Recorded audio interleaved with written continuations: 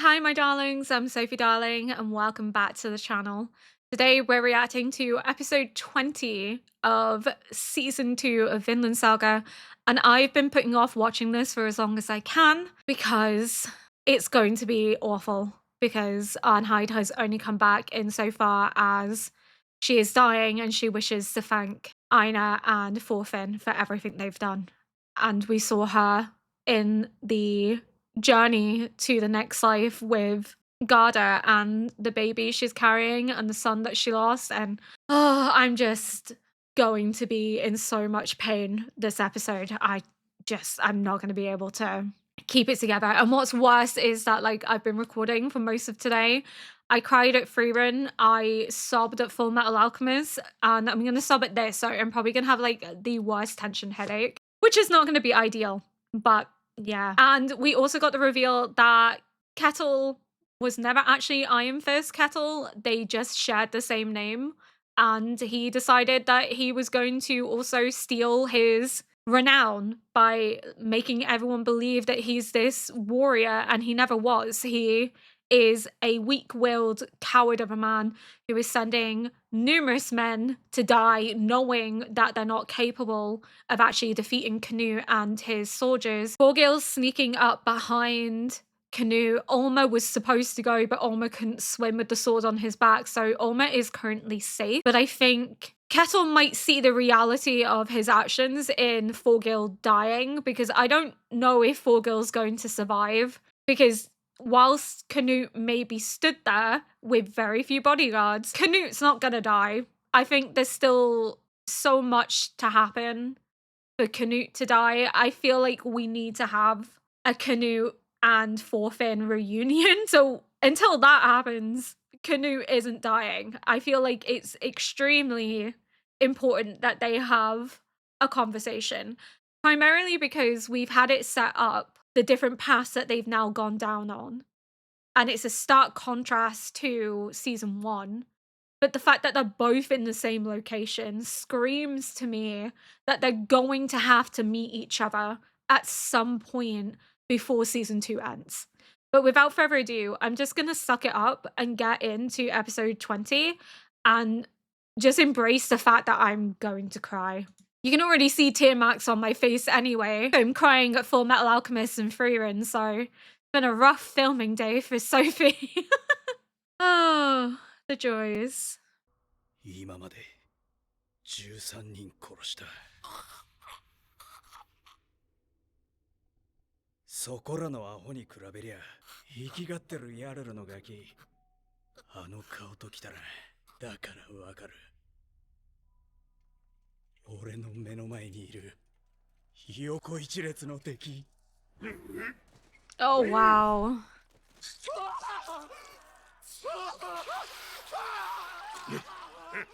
ちくしょう、あいつら楽しんでる。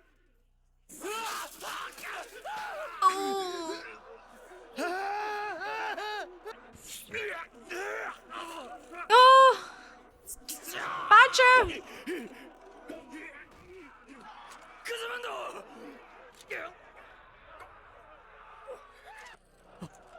足が。He can't move. He's so rooted with fear. なんでヨウム戦士団にあんなに近づけるんだ。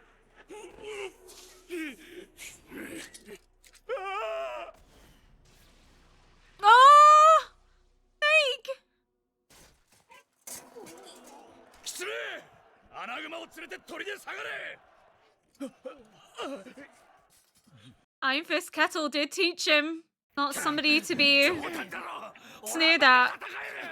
You're literally losing blood as you're talking. Go.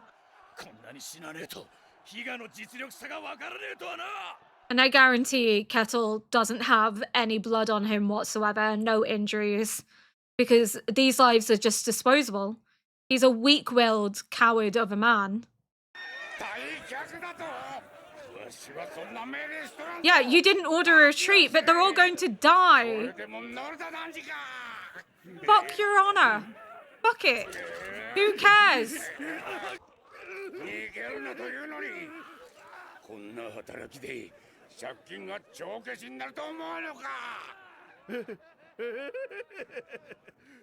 He's gonna be dead. あんたはもう終わりだよ、ケティルさん。 They're not going to win this. They know that. 俺たちみたいな貧乏人の気持ちが分かったかい？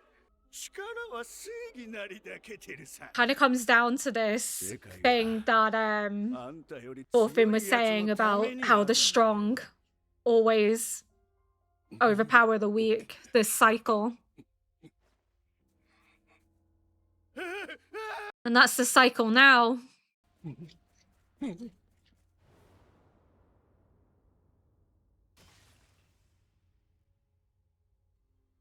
今、ケティルとおぼしき者が私の部下に倒されました。Yep. 不手際だな。捕獲しろと命じたはずだ。Oh, 申し訳ございません。 then that means Ulma is the next in line. So maybe Ulma can salvage this somehow. チャンス。遺体を粗末に扱うな。後で遺族に引き渡し。That's a terrifying sight. 見知らせもらった。 I don't think it's going to work the way he thinks it does. I think Forgill's head is going to be the one on the ground.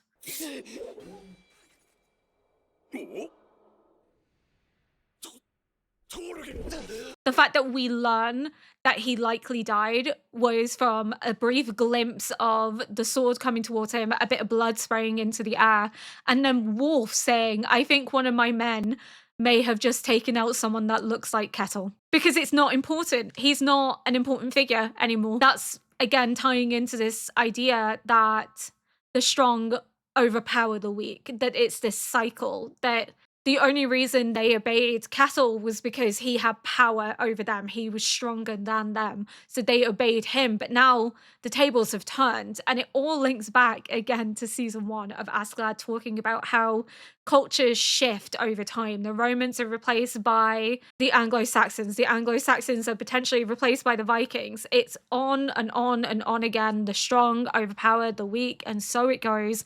And it will happen to you. You stand in this place of power and authority, but for how long? Because someone stronger than you could come along and it'll be gone in the blink of an eye. And that's what's happened to Ketil, reiterating the point that Canut's authority is superior to Ketil's now. And the fact that they're listening to the retreat by Snake over Ketil is because Snake actually has respect. He's fighting, he's a warrior, he's risking his own life for his men, for these men, despite the fact that he's fighting for a Ketil that's not even Iron Fist Ketil. He's doing it because he doesn't want to leave a debt unpaid that he feels he owes him. But at the same time, he has mustered so much respect and authority that they're listening to him over Ketil, in a sense showing that in this moment he is stronger than Ketil. They have more admiration and respect for him, especially in the recognition that these men are going to die if they continue throwing themselves at the enemy, because the enemy is stronger than they are. They're going to get devoured. And how many more men are going to die for Ketil's hubris? Too many. And Snake wants to save as many lives as he can. Whoa!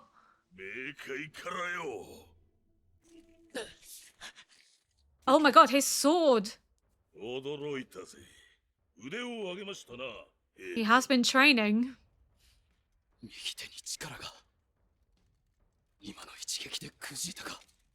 I mean, it was strong enough to cause your sword to fucking break.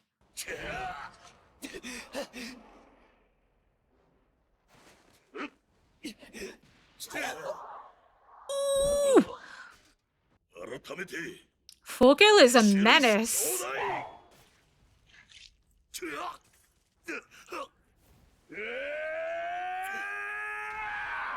I was gonna say, I mean, he trained with Wolf.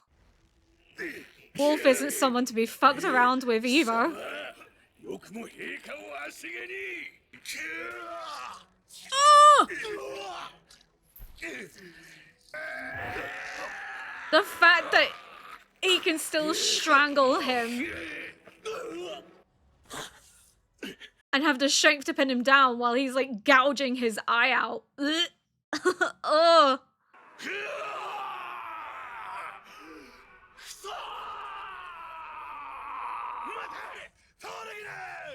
He has to retreat.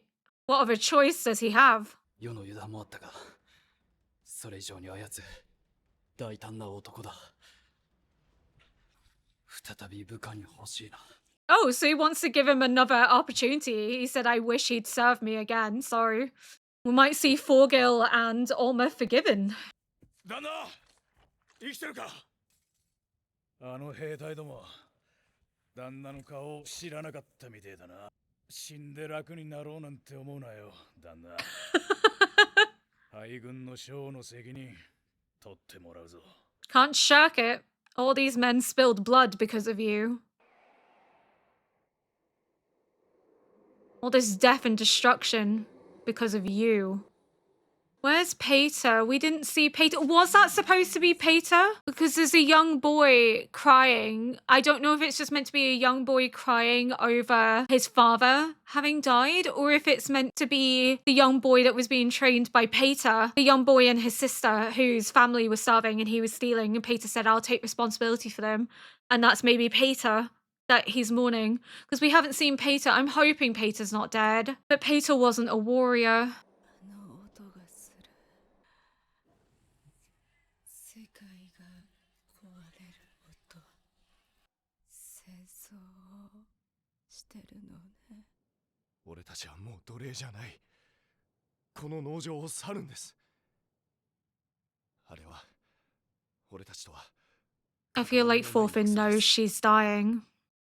ここを去ってどこに行くの？ Oh, they're gonna tell her about Vinland to bring her peace and comfort in her final moments. ちと寒いがいいところだ。戦争は Oh, ありますか？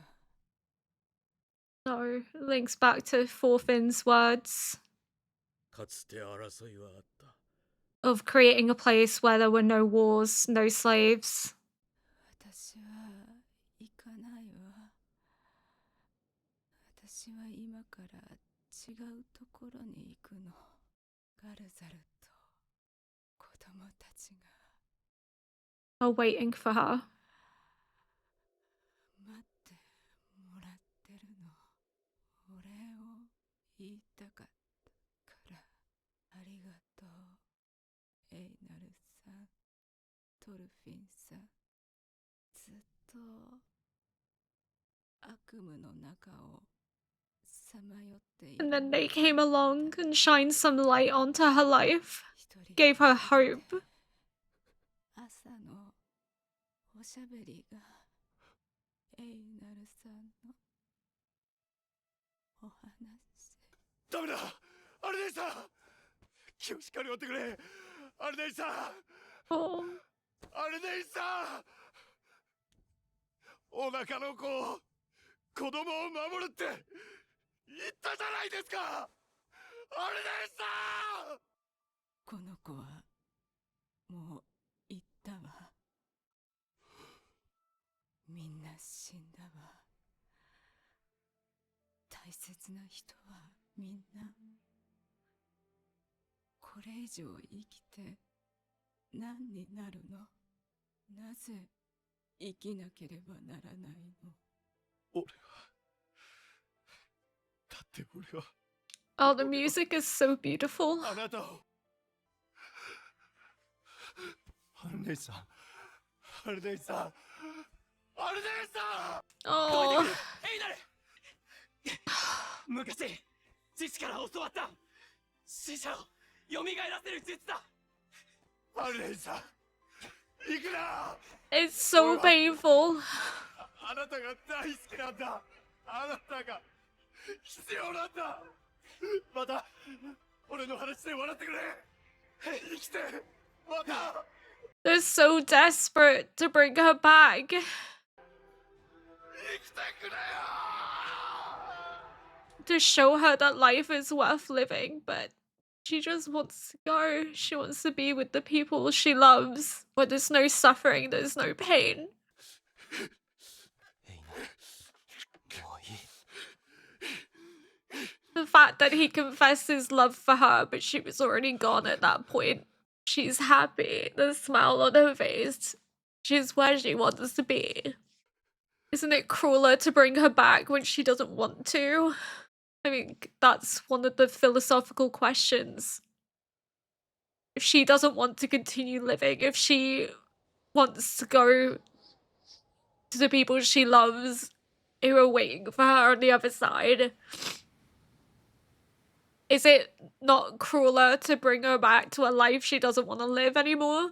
It's so sad because I understand what Aina wants. He wants her to come back. He wants to show her that life is worth living, that all the sacrifices that people have made to get us to where we are shouldn't be forsaken, that we should keep going for as long as we can. But at the same time, you also have to ask the question, is it not cruel to force her to come back, to bring her back into this world that she doesn't want to be in? Is it not crueler to force her to live this life that she doesn't want to live anymore? She wants to go somewhere that has no suffering, no pain, no slaves, no war. She wants to be with Garda and the children that she's lost. She doesn't want to live in this world without them anymore.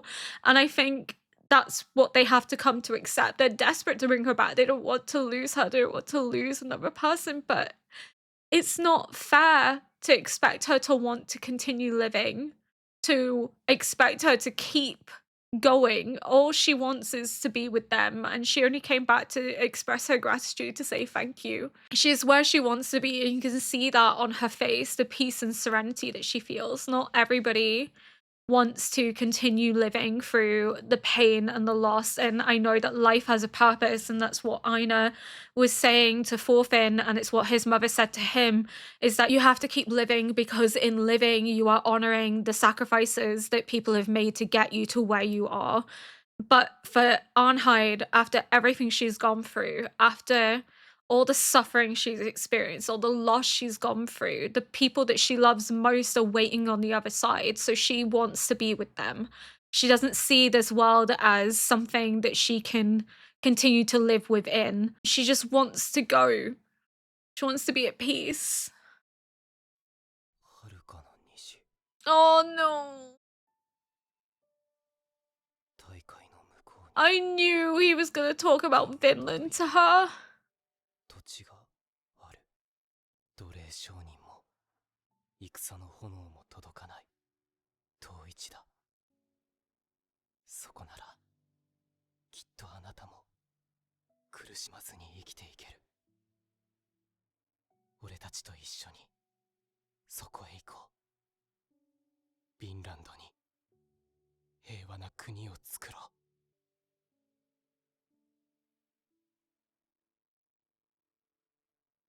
Leif's face, he's like, he's changed so much. He's become his father. お前らか。なんでまだこんなところにいるんだ。お前がアルネイさんを殺してやる。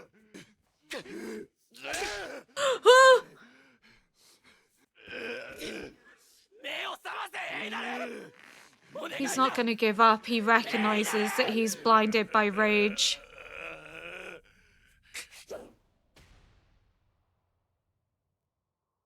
He needs to shock him out of it. He almost looked like Bjorn with their eyes rolled back. That wasn't Aina.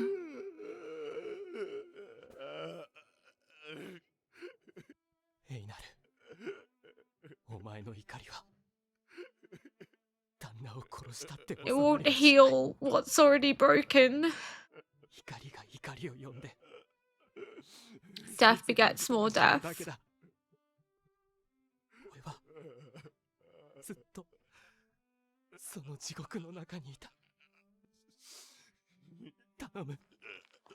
Don't fall into that cycle.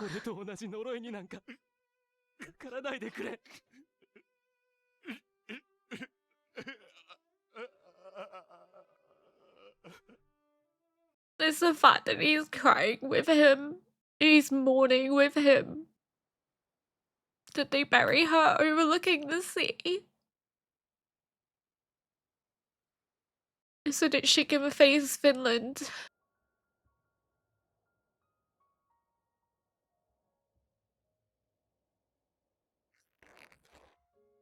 神はこうしている今も我々を見ていらっしゃるのだろうな。友を失い、親と子が殺し合う。そんな様のすべてを天空の高みから見下ろして Please おら let れる this の be だ the moment that Thorfinn goes home to his mom. トルフィン Please. 待てどこへ行く I feel like he's gonna go confront Canute because those were Canute's クヌー words. トに会いに行く。 Gonna try and reason with him. これ以上死人を出さずに済むかもしれない。バカなすぐにわしとここを離れるんだ He won't go. Not if he can make a difference. He's trying to protect other people's lives. He's trying to help. おっちゃん、昔話してくれたよね。俺たちのご先祖様は逃げて He won't flee. 戦いを逃れて Not if he can ア try イ and スラン stop ドに it. たどり着いたって。あの時はかっこ悪いってそう思ったけど、今はすごく誇らしく思う。ざっと見たところ、クヌートは100人前後の Oh, the 兵士がつい music ていなか is った。 stunning. どんなに悪く転んでも生きて戻るだけならなんとかなる。 Wait for him. And then he'll go to Iceland. Just wait for him. いつでも船を出せるようにしておくぞ無理はするな必ずアイスランドに帰るぞ He's going home. トルフィン Oh, he's going home. Finally. Oh, I'm not having a great day of filming. Everything is leaking. My nose, my eyes, everything. Nothing is going well today. My brain is also mush, so I'm going to try and make sense of this episode. I knew we were going to have to get Thorfinn and Canute meeting at one point, especially when we were hearing Canute's words. I was like, oh no, he's not just going to get on the ship. He's not going to leave if he thinks that he can somehow reason and bargain with Canute. But I think the Canute he's about to see isn't who he anticipates, that it's completely different. I don't know if there's any reasoning with him. I feel like he might be able to somewhat get through to him. I feel like we might see him able to bring a stop to this somehow, but I don't know. Poor Arnheid. Death is honestly a mercy for her. And I can see the struggle and the conflict that they feel in wanting to bring her back when she's saying that she has nothing to live for. Everyone she's loved and lost is waiting for her on the other side. These are two men that have also experienced significant loss, that have continued to choose to live, to find new purpose and new meaning, and they probably think Arnheid can do the same. It's why they don't want to let her go. It's why they're trying to bring her back so desperately. But at the same time, I think it sort of delivers this moral question of, if somebody doesn't want to live, if they don't want to come back, should we force them? Because we believe that that choice isn't a correct one. Should we make that choice for them? And this has been a philosophical, moral question that's existed for a long time, especially in relation to things like assisted suicide and, you know, should people be allowed to take their own lives if they feel that that is what they want to do? Should they be allowed to make that choice, or should we decide to not allow that to happen because we believe that we know better than they do?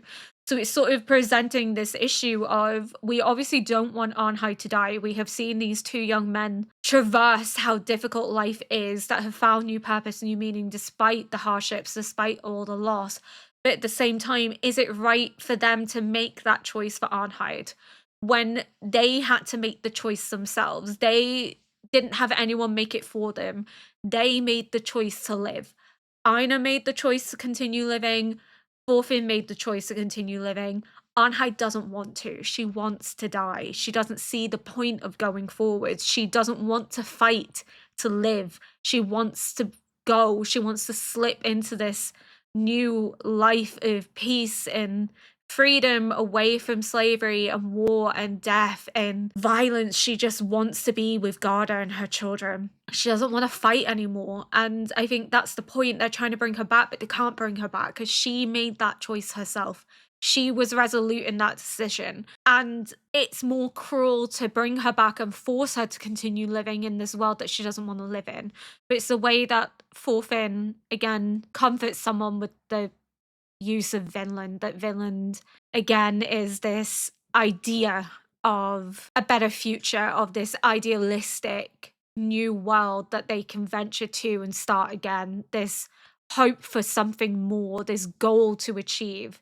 But it also brings peace to those in their final moments that even though they're gone, they may join them in Vinland one day. Vinland's almost like not only this actual real place that they're aspiring to go to, but a euphemism for heaven that, you know, one day we'll all be together in heaven, we'll be reunited there. And in this Vinland, we won't have any war or bloodshed or violence or suffering or slavery because we will all be together in this peaceful existence under God's eye and God's love. But yeah, it's a real place, it's a real goal, it's a real aspiration to actually build a society there, removed from this socialization of war and slavery and violence. But at the same time, it's also an allegory for heaven. And I believe I have talked about that previously, but I think it's made all the more clear here that when she's dying, they're reiterating those words about her joining them. And then when they bury her in the direction towards Vinland so that she can join them and watch them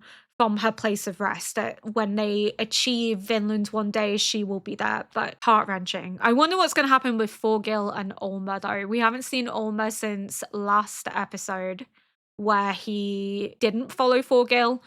I worry what's going to happen if Thorgil finds Olma, if he's going to berate him or what, because he didn't come with him. Not that it would have made a difference. If Olma had gone, Olma would have died. Seeing Einar confess his love and she's already gone, she doesn't get to hear it, and he wants to make her laugh and he wants her to live with him again, was just so painful. Was just heart-wrenching because she never got to acknowledge how he felt. But I think with her smiling, that's an indication that she heard him, but she's also at peace with her decision. She's at peace with what she's chosen. But your hearing is the last to go when you die. So I think she did hear him, but she couldn't respond. But that's why she's smiling, because she understands his feelings for her.